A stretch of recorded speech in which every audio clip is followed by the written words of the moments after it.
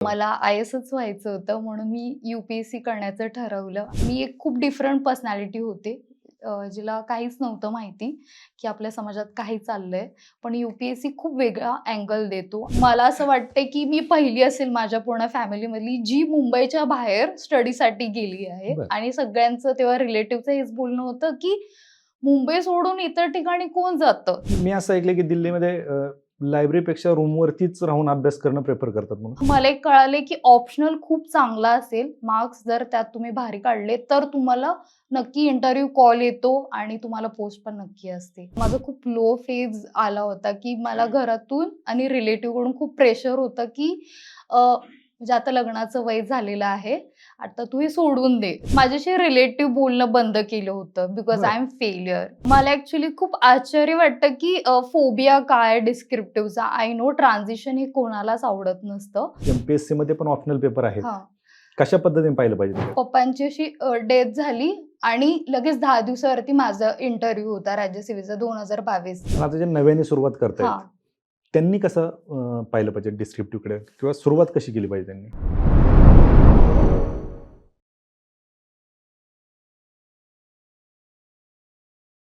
नमस्कार, मी किरण निंबोरे आणि आपण पाहताय वास्तवकट्टा. खरं तर नेहमी आपण हे ऐकत असतो की ग्रामीण भागातील बहुसंख्य विद्यार्थी हे स्पर्धा परीक्षेची तयारी करायला येतात. का तर दुष्काळी भाग असतो, दुसरा सोर्स नसतो, काही पाणी नसतं, कोरडवाहू जमिनी असतात आणि दुसरीकडे कुठे नोकरी करण्यापेक्षा स्पर्धा परीक्षेकडे या विद्यार्थ्यांचा कल जास्त असतो.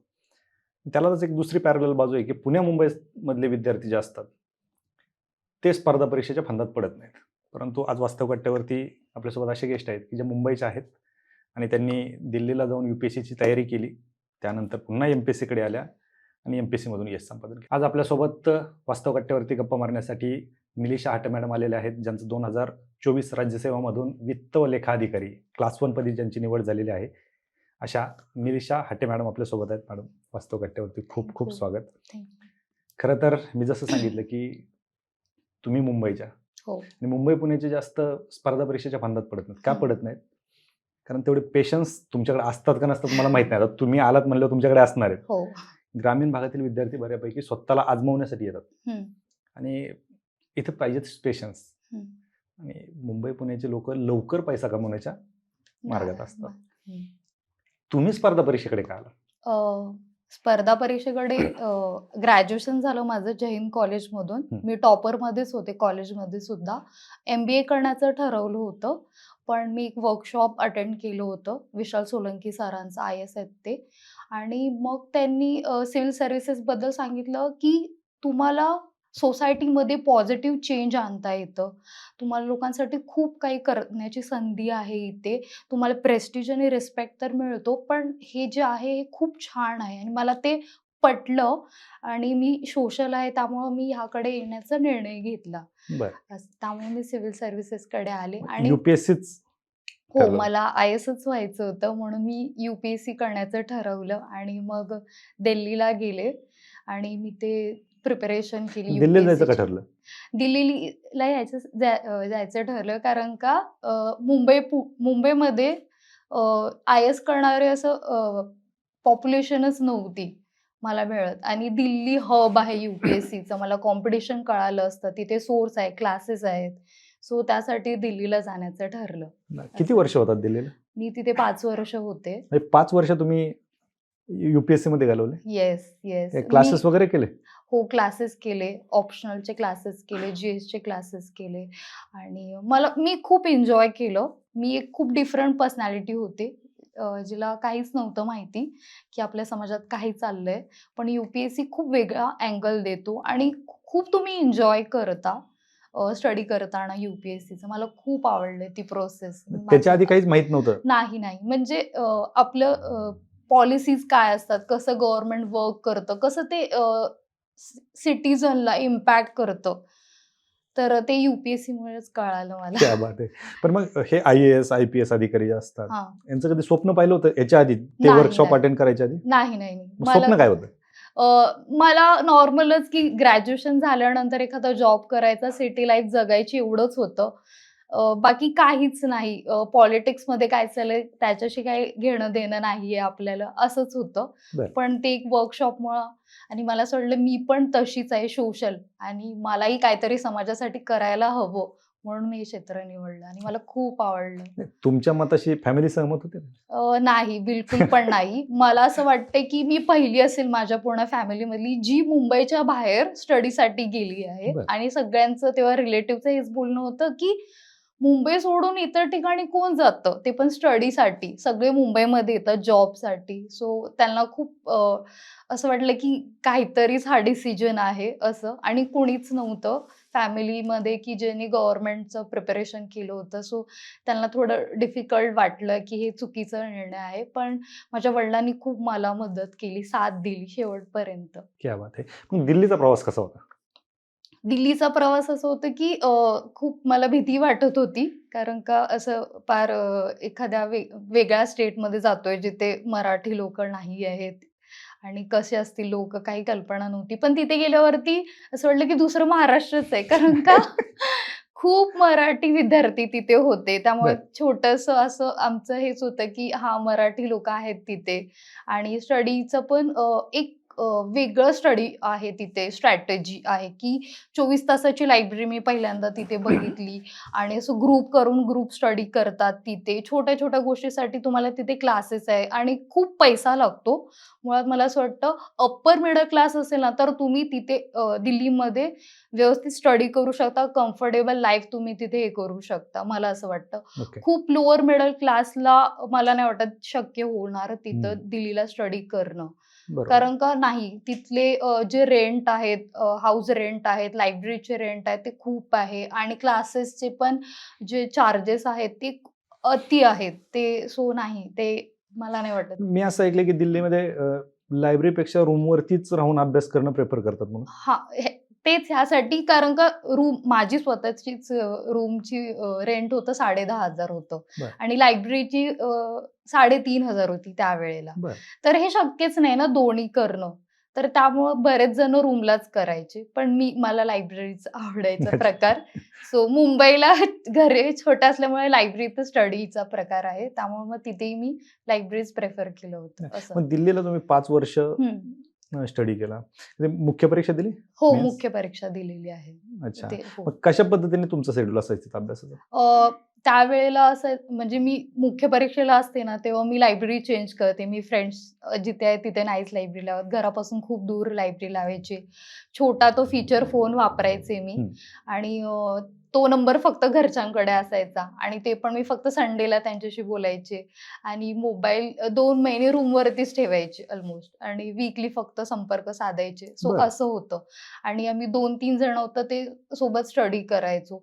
टेस्ट सीरीज, रायटिंग प्रॅक्टिस असं आणि मी आणि माझी मैत्रीण होती हिमांशी भाटिया. आम्ही दिल्लीला प्रिपरेशन केलं होतं. तीही सीए होती आणि तिनेही मेन्स दिली होती. तर आमचं असं असायचं, की आम्ही चहाला भेटायचो. तेव्हा ती मला काहीतरी प्रश्न विचारणार. हं. मग मी त्याचे उत्तर देणार आणि आमचं सेम आणि ज्याचे चुकले, तर तो चहा पाजणार, त्याचे क्या बात पैसे है! देणार.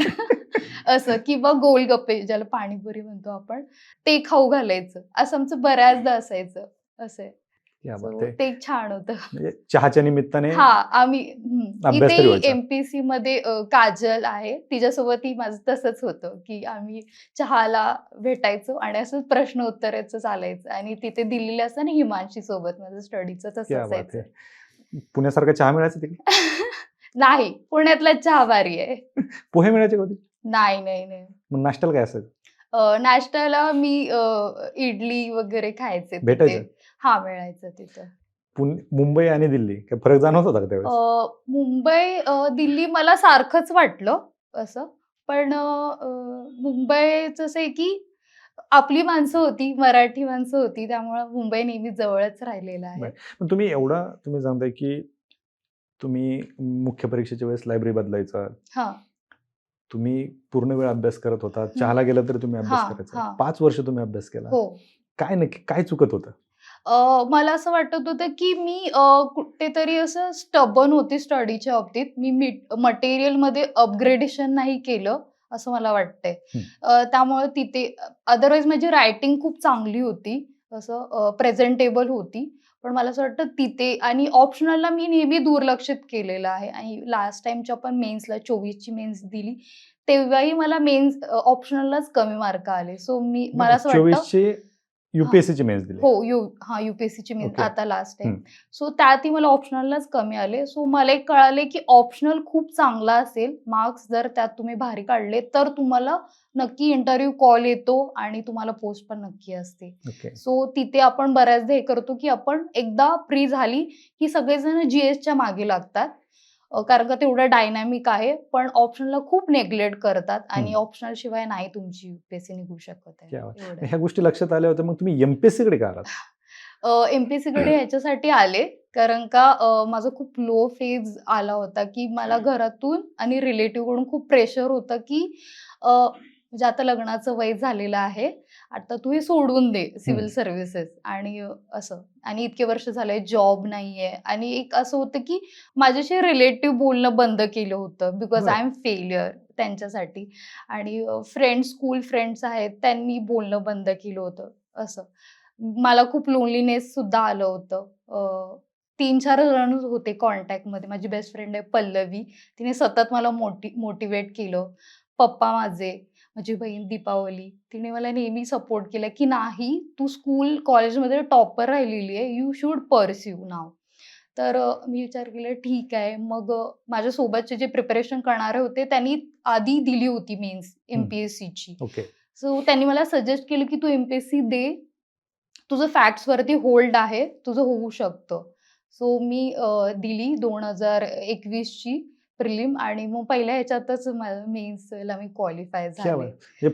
म्हणजे MPSCचा पहिलाच अटेम्प्ट होता. हो, आता तिसरा अटेम्प्ट होता. हं. 2021चा माझा पहिला अटेम्प्ट होता. तेव्हा ओके. मी असं 2 महिन्यावरती दिलं होतं स्टडी करून. अच्छा, त्यावेळेस पण मेन्सला होतात. हां, त्यावेळी त्यावेळेस मेन्सला फायनल होते. रिझल्ट आला नाही. नाही, ओके. 21ला नाही आला, 22ला इंटरव्ह्यूला होते हं. आणि मग आता आलं क्या रिझल्ट. बात है. म्हणजे जे मैत्रीण तुमच्या सोबत जे होते हो. त्यांनी सांगितलं होतं, की MPSCमध्ये हां, होऊन जाईल. होऊन जाईल. अच्छा. असं आहे. म्हणजे पहिल्याच अटेम्प्टमध्ये तो कॉन्फिडन्स येऊन गेला होता. हां, त्यामुळं मी पूर्णपणे मग फोकस शिफ्ट इथेच केला, हं. एम-पी-एस-सीकडे केला. मग MPSCचा कशा पद्धतीने अभ्यास करत होते? एम-पी-एस-सीचं मला असं वाटतं, की फॅक्ट्सला खूप इम्पोर्टन्स देते एम-पी-एस-सी. असं तर त्याच्यावरती होल्ड असेल आणि तुम्हाला खूप बुक्स वाचायची गरज नाहीये. 1-2 बेसिक बुक्स आहेत, त्यांची तुम्ही मल्टिपल रिव्हिजन केलं, नोट्स काढले, पी-वाय-क्यू केलं, लॉजिक बूस्टर जसं आहे. तर तुम्हाला खूप होल्ड येतं. तुम्हाला एक कळतं, की पुढे कसे क्वेश्चन येऊ शकतात. असं एक लॉजिक डेव्हलप होतो आणि तुम्ही इझिली, कम्फर्टेबली चांगले मार्क्स हे करू शकता प्रिलिमला आणि ओके. मेन्सला सुद्धा. बरं, असं आता आहे. तुमच्या ह्या अभ्यासाकडे परत यायचंय मला, पण तुम्ही एकतर मुख्य परीक्षा दिलेल्या आहेत UPSCच्या हां, आणि आता तुम्हाला माहिती आहे, की MPSC डिस्क्रिप्टिव्ह डिस्क्रिप्टिव्ह. पॅटर्नमध्ये येस. आलेली आहे.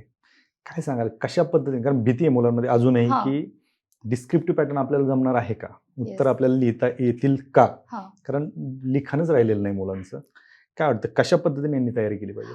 मला ॲक्चुअली खूप आश्चर्य वाटतं, की फोबिया काय डिस्क्रिप्टिव्हचा? आय नो ट्रान्झिशन हे कोणालाच आवडत नसतं. पण ते डायनॅमिझम हे पार्ट आहे आपल्या लाईफचा. मला असं बोलायचं आहे ग्रॅज्युएशनमध्ये सगळ्यांनीच पेपर लिहिलेले आहेत. डिस्क्रिप्टिव्हच आपण लिहिलेला आहे पेपर. सो तेच जे लिहिलंय तेच तुम्हाला इथे लिहायचं आहे. सो प्रत्येकाची प्रॅक्टिस आहे कॉलेजच्या टाईममध्ये लिहिण्याची. इथे फक्त आपल्याला तेच करायचं आहे, रिवाईज करायचं आहे, प्रेझेंटेबल हे करायचं. सो पहिलं की फोबिया काढला पाहिजे. कॉलेजमध्ये जे केलंय ते आपण इथे करतोय. थोडंसं फक्त आपल्याला चेंजेस आणायचे. त्याच्यासाठी आपल्याला मेंटॉर आहेत, क्लासेसवाले आहेत. सो मला असं वाटतं की जे ऑब्जेक्टिव्ह करत होते किंवा जो न्यू क्राउड आलाय त्यांनी पहिला फोबिया काढून दिला पाहिजे, की नाही इट इज व्हेरी ईझी. तुम्ही स्टडी करत असताना रायटिंग प्रॅक्टिस केली, न्यूजपेपर रीड करत असेल ना, तर तुमचं व्होकॅब चांगली होते. रायटिंग प्रॅक्टिसमुळे प्रेझेंटेबल तुम्ही होता आणि ऑब्व्हियसली तुम्ही जो मटेरियल रीड करतात आहे ते बाकी थोडेफार चेंजेस मेंटर सजेस्ट करते आणि you are ready to go for a means अच्छा. In a descriptive. म्हणजे लिखाण करणं एवढं अवघड नाहीये. नाही, नाही. बिलकुल नाही. मला तरी नाही वाटलं. ओके. आणि ऑप्शनल पेपरचं तुम्ही जे हं. दुर्लक्षित केलं होता, हं. त्याच्यामुळे कदाचित तुमचा इंटरव्ह्यूचा कॉल येस. हो, मिस झाला. हो. काय सांगाल तुम्ही, की आता MPSCमध्ये पण ऑप्शनल पेपर आहेत. हां. कशा पद्धतीने पाहिलं पाहिजे त्याच्याकडे? एमपीएससीचं युपीएससीचं स्पेशली स्ट्रॅटेजी 2 आहे, की ऑप्शनलमध्ये तुम्ही लाइक 250-300 अराउंड आणले मार्क्स आणि तुम्ही जीएसचं प्लस ऑप्शनलचं प्रत्येक क्वेश्चन अटेम्प्ट केला फुल्ली, तर तुम्हाला इंटरव्ह्यू कॉल 100% येतो. आणि हां, असं. सो मे बी एमपीएससीमध्ये तेच असेल. पण पहिला आहे डिस्क्रिप्टिव्ह पॅटर्न. सो क्वेश्चन मला असं वाटतं, की खूप ईझी स्टेट बोर्ड लेव्हलची येऊ शकतात असं. आणि सगळे ॲट पार लेव्हलला आहे. त्यामुळे फर्स्ट और सेकंड अटेम्प्ट हा खूप छान आहे अपॉर्च्युनिटी जी सगळ्यांनी ग्रॅब केली पाहिजे, असं आहे बरोबर. मला पण वाटतं. आता जे नव्याने सुरुवात करतायत, हां. त्यांनी कसं पाहिलं पाहिजे डिस्क्रिप्टिव्हकडे किंवा सुरुवात कशी केली पाहिजे त्यांनी? अ, जे नव्याने येत आहे कॉलेज मला असं वाटतं अकॅडमिक स्ट्राँग असेल आणि तुम्हाला खूप पर्सेंटेज असेल, तर तो ऑप्शनल ठेवायला कंटिन्यू करायला काही हरकत नाहीये. अदरवाईज जे ट्रेडिशनल ऑप्शनल आहेत, जसं पी-एस-आय-आर आहे, हिस्ट्री आहे, जिओग्राफी आहे, आता एन्थ्रो सुद्धा आहे, सोशिओलॉजी आहे, तर ही छान ऑप्शनल आहेत. का छान आहे? कारण का ह्याच्यावरती खूप सारे सोर्सेस अवेलेबल आहेत, मेंटॉर आहेत, यूपीएससीचे क्वेश्चन पेपर आहेत, युनिव्हर्सिटीचे आहेत. सो हे खूप युजफुल होऊ शकतं. नाही. तुम्ही कसा अभ्यास करायचा? कारण बऱ्याच जणांना काय असतं, की अधिकाऱ्यांची स्ट्रॅटेजी ऐकायची असते. हां. अधिकारी कसा अभ्यास करतो, मग त्या हं. पद्धतीने ते कॉपी करतात. हां. अर्थात ते चुकीचं आहे, परंतु हां. त्याच्यातून काहीतरी त्यांना एक मार्ग मिळू शकतो. ओके. तुमची कशी स्ट्रॅटेजी असायची? माझी स्ट्रॅटेजी अशी होती स्पेशली मेन्सची लाइक GS1 आहे. तर हं. GS1मध्ये समजा हिस्ट्री आहे, ॲग्रीचा पार्ट आहे, जिओग्राफीचा पार्ट आहे. तर मी असं केलं होतं, की प्रत्येक टॉपिकवरती नोट्स बनवल्या होत्या आणि मग त्यानंतर मी सगळ्या नोट्स ते एकत्र केल्या. लाइक GS1चा बंच केला होता. तसंच माझं GS1, 2, 3 असं सगळ्याचं बंच केलं होतं आणि मी ते कंटिन्युअसली रिवाईज करायचे. ओके. असं होतं. आणि मग पी-वाय-क्यू सॉल्व्ह करायचे. मग मला काहीतरी वेगळं वाटलं, की हां, ह्याच्यावरती अजून गरजेचं आहे. तर ते सर्च करणार. सिलेबसमधला एखादा पॉइंट किंवा टेस्ट सीरीजमध्ये एखादी गोष्ट मिळाली, की हा वेगळा पॉइंट आहे. तर हे लिहून घेतलं पाहिजे आणि मग ते नोट्समध्ये ॲड करायचे आणि मी फक्त माझ्या प्रत्येक टॉपिकवरती, प्रत्येक सब्जेक्टवरती माझं हे होतं, नोट्स रेडी होते आणि मी ते कंटिन्युअसली तेच रिवाईज करायचे. मी आत्तापर्यंत मला वाटतं एक 700 पेक्षा जास्त अधिकाऱ्यांचे पॉडकास्ट घेतले. हां. त्याच्यामध्ये 2 गोष्टी आवर्जून अधिकारी सांगतात, की हं. पी-वाय-क्यू आणि नोट्स. हां. तरीही विद्यार्थी अजूनही नोट्सकडे जात नाहीत. म्हणजे प्रत्येक अधिकारी सांगतो, की नोट्स तुमच्या स्वतःच्या असल्या हो, पाहिजेत हो. आणि पी-वाय-क्यूज तुम्ही पाहिलेच पाहिजेत. हां. तरीही विद्यार्थी ना स्वतःच्या नोट्स काढतात, मार्केटमधून कुठून तरी रेडीमेड नोट्स येस, घ्यायच्या आणि त्या येस. वाचायच्या. हां. कशा काढायच्या नोट्स नक्की? नोट्स ॲक्चुअली मला असं वाटतं, की नोट्स काढण्याआधी तुम्ही पी-वाय-क्यू बघा. त्याच्याने तुम्हाला डायरेक्शन कळते, की नेमकं आपल्याला काय महत्त्वाचं वाटतंय, पण आयोगाला काय महत्त्वाचं आहे ह्याचं एक बोलतात ना कोऑर्डिनेशन होऊन जातं, की हां, आपण ह्या तऱ्हेने स्टडी केला पाहिजे आणि बरोबर. ते नोट्समध्ये कोणत्या गोष्टी यायला पाहिजे, जे आपण विसरतोय सतत आणि ते आयोग विचारते. त्याच गोष्टी तुम्ही नोट्समध्ये तुमच्या घेतलं पाहिजे आणि जे रेडीमेड नोट्स असतात ना, तर तो जो रायटर असतो त्याला जे महत्त्वाचं वाटतंय किंवा तो गोष्टी तो विसरतो, तो तेच येतो. ते नाही शक्य की तुम्हालाही तेच इम्पोर्टंट आहे किंवा तुम्ही ते विसरता. सो आपलेच नोट्स असले पाहिजे आणि पी-वाय-क्यूच्या बाबतीत मला एक दिसून येतं की टेस्ट सीरीज जी लावतात प्रॅक्टिससाठी ती लावलीच पाहिजे. मी सुद्धा लावली होती. बट ते तुम्ही डायरेक्शन म्हणून यूज नाही केलं पाहिजे. ते तुम्ही बघायला पाहिजे की तुम्ही जे रिवाईज केलेलं आहे, ते तुम्हाला कितपर्यंत येतंय आणि आठवतंय. हे तुम्ही अजून फोकस केलं पाहिजे. हेच फक्त टेस्ट सीरीज अँड टेम्परामेंट हाच यूज आहे टेस्ट सीरीजचा. हं. पी-वाय-क्यू हेच तुम्हाला टॉपिक, मायक्रो टॉपिक किंवा डायरेक्शन काय आहे आयोगाचं हे दाखवतं. अगदी बरोबर. आणि खरं तर हे विद्यार्थ्यांनी लक्षात घेणं हां, गरजेचं हां. आहे. नक्कीच, कारण नक्कीच. यशाचा तो सगळ्यात मोठा मंत्र असू शकतो. येस, कारण येस. प्रत्येक अधिकारी जर तेच सांगतायत, तर ते विद्यार्थ्यांनी लक्षात घेणं गरजेचं आहे. हो. मला एक सांगा, तुम्ही सुरुवातीला सांगितलं, की ज्यावेळेस तुम्हाला सतत अपयश येत होतं, हं, रिलेटिव्हज असतील, हं. मित्र असतील, मैत्रिणी असतील, हे तुमच्याशी बोलत नव्हते हो. किंवा तुम्हाला टाळत होते. हां, ज्या दिवशी रिझल्ट आला, हां. त्या दिवशीची काय परिस्थिती होती? त्या दिवशी म्हणजे माझ्याजवळ खूप जणांचे रिलेटिव्हकडे माझे नंबर सुद्धा नव्हते किंवा हं. काही फ्रेंड्सकडे नंबर सुद्धा नव्हते. त्यांनी माझ्या रिलेटिव्हकडून काही जे माझ्या कॉन्टॅक्टमध्ये होते किंवा माझी बहीण आहे दीपावली तिच्याकडे मोस्टली आहे सगळ्यांचा नंबर. त्यांना कॉन्टॅक्ट केला की तुझ्या ताईचा नंबर दे आणि मग पप्पांचे मित्र सगळ्यांनी मला कॉन्टॅक्ट केला असं. आणि तेव्हा खूप जणांनी सॉरी सुद्धा बोलले मला की अरे सॉरी, किंवा काही जणांनी बोलले की आम्हाला वाटत होतं की तुझं काहीच नाही होणार, पण नाही तू म्हणजे नाही तू का करून करून दाखवलं. दाखवलंस असं. सो मला असं वाटतं की आपले डिसिजन मे बी रॉंग असू शकतात, पण राईट करण्याची ताकद आपल्यात असली पाहिजे. मग प्रत्येक जण येतो, सॉरी बोलतो आणि एकदम फ्लिप होतं. स्क्रिप्ट फ्लिप होते. बरोबर. असं आहे. तर पहिला रिझल्ट कुणाला सांगितलं होतं आलेलं?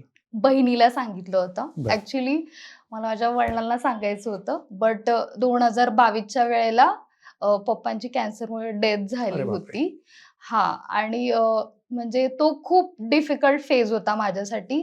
कारण का पप्पांची अशी डेथ झाली आणि लगेच 10 दिवसावरती माझा इंटरव्ह्यू होता राज्यसेवेचा 2022चा. त्यांना बापरे! कल्पना होती, की मी असणार आहे इंटरव्ह्यूला असं. सो माझ्यासाठी खूप डिफिकल्ट होतं, कारण का मी घरी होते आणि रिलेटिव्हला कोणालाच माहिती नव्हतं, की मी इंटरव्ह्यूला आहे आणि मी तिथून मला पुण्यात यायचं होतं, कारण का घरी शक्य नव्हतं स्टडी करणं. पण बहिणीने, मम्मीने बोललं, की "नाही तू जा, आम्ही आहोत. इथे कोणी काय बोललं तर आम्ही आहोत त्याला उत्तर द्यायला तयार." आणि मग मी 10 दिवसासाठी इथे आले होते पुण्यात स्टडीजसाठी. आणि तरी इथले खूप जण बोलायचे, "ही खूप प्रॅक्टिकल आहे, स्टोन हार्टेड आहे." पप्पांचं असं झालं. बट मला फक्त एवढं बोलायचं होतं, की माझ्या वडिलांचं ते स्वप्न होतं, की मी अधिकारी व्हावी. आणि मला माहिती होतं, की ते माझ्या ह्या डिसिजनला सुद्धा सपोर्ट करतील. आणि मग मी आले आणि मी 22चा इंटरव्ह्यू दिला. वाघ सरांचं पॅनल होतं आणि मला खूप छान मार्क्स आले, 64 मार्क्स आले आणि खूप भारी वाटलं. तेव्हा असं वाटलं पप्पा आहेच माझ्यासोबत नेहमी असं. सो खूप वाटलं त्या दिवशी, की पप्पा नाही आहेत. सो वाईट वाटलं खूप. बहिणीला फोन केला पहिला. हं. मम्मीशी बोलले. मम्मी खूप रडत होते. तर तसं होतं. नाही, या सिच्युएशनमध्ये देखील तुम्ही इंटरव्ह्यूला गेलात आणि तुम्हाला खूप चांगले मार्क, आणि ते वाघ सरांचं पॅनल हो. असताना हं, तुम्हाला चांगले मार्क पडणं ही खूप मोठी गोष्ट आहे. आणि हं. खरं तर तुम्ही अर्थातच वडील जरी असते तिथं आणि हां. दुसरं कोणी घरातलं गेलं असतं, तरी हं. वडिलांनी तुम्हाला इंटरव्ह्यूला पाठवलं हो, असतं. आणि हो. त्यांनाही तेच अपेक्षित हां. असतं. त्याच्यामुळे तुम्ही जे केलं ते योग्यच केलं. शेवटी कोण काय म्हणतंय, हं, त्याच्यापेक्षा ज्यांनी स्वप्न पाहिलंय हं. त्यांच्यासाठी तरी ते हो. प्रयत्न करणं गरजेचं होतं आणि ते तुम्ही हां, केले. त्याच्यामुळे त्याच्यात हां, असं वेगळं काही नाहीये. हां. अर्थात त्या क्षणाला जर ते असते तर आणखीन आनंद वेगळाच असता हो, तो. हो. बरोबर. बिकॉज हे म्हणजे मला कधी-कधी असे खूप वेळा विचारतात, की एवढे वर्ष झाले तू गिव्ह अप का ना केलंस? मला असं जेव्हा विचारतात क्वेशन, तेव्हा मला असं वाटायचं, की म्हणजे हे माझं स्वप्न असतं फक्त स्वतःचं, तर मी कदाचित गिव्ह अप पण केलं असतं.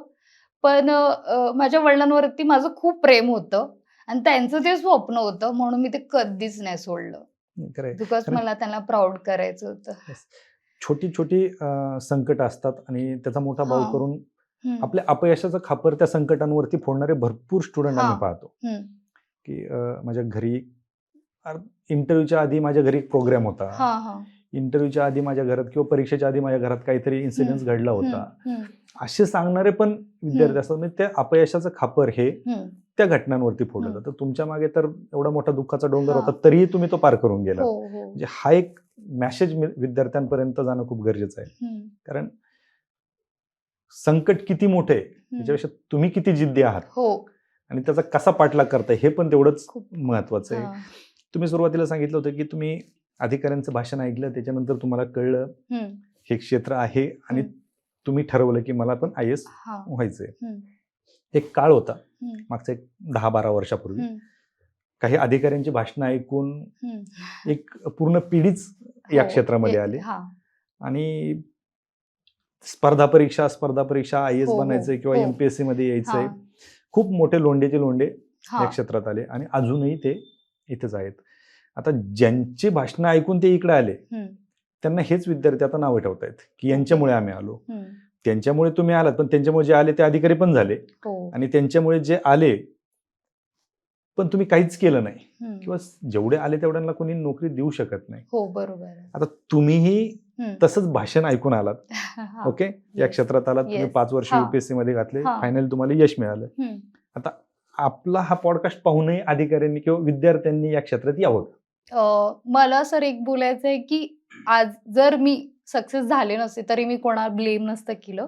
कारण का कोणतेही क्षेत्र निवडताना कोणतेही तुम्ही प्रोज आणि कॉन्स दोन्ही बघितले पाहिजे. प्लस तुमचा फॅमिली सपोर्ट किती आहे फायनान्शियली, इमोशनली तेही तुम्ही अ, डोक्यात घेतलं पाहिजे आणि तुमची किती तयारी आहे ती पूर्णत्वास न्यायची हे ठरवूनच तुम्ही कोणत्याही क्षेत्रात उतरले पाहिजे आणि मग जो निर्णय घेतलाय तो तुम्ही राईट करून दाखवला पाहिजे मला असं वाटतं. अगदी बरोबर. हां आता आणि तुम्ही एक महिला म्हणून एक प्रश्न विचारतो हां. मी, की तुम्ही मुंबईवरून दिल्लीला गेलात. एकतर मुलींना बाहेर पाठवणं हां. हा सगळ्यात मोठा टास्क असतो कुटुंबासाठी. येस. तुम्हाला बाहेर पाठवलं, हं. तुम्ही गेलात, तुम्ही अभ्यास केला, तुम्ही हं. परत दिल्लीवरून पुण्यात आला, इथं अभ्यास केला. हं.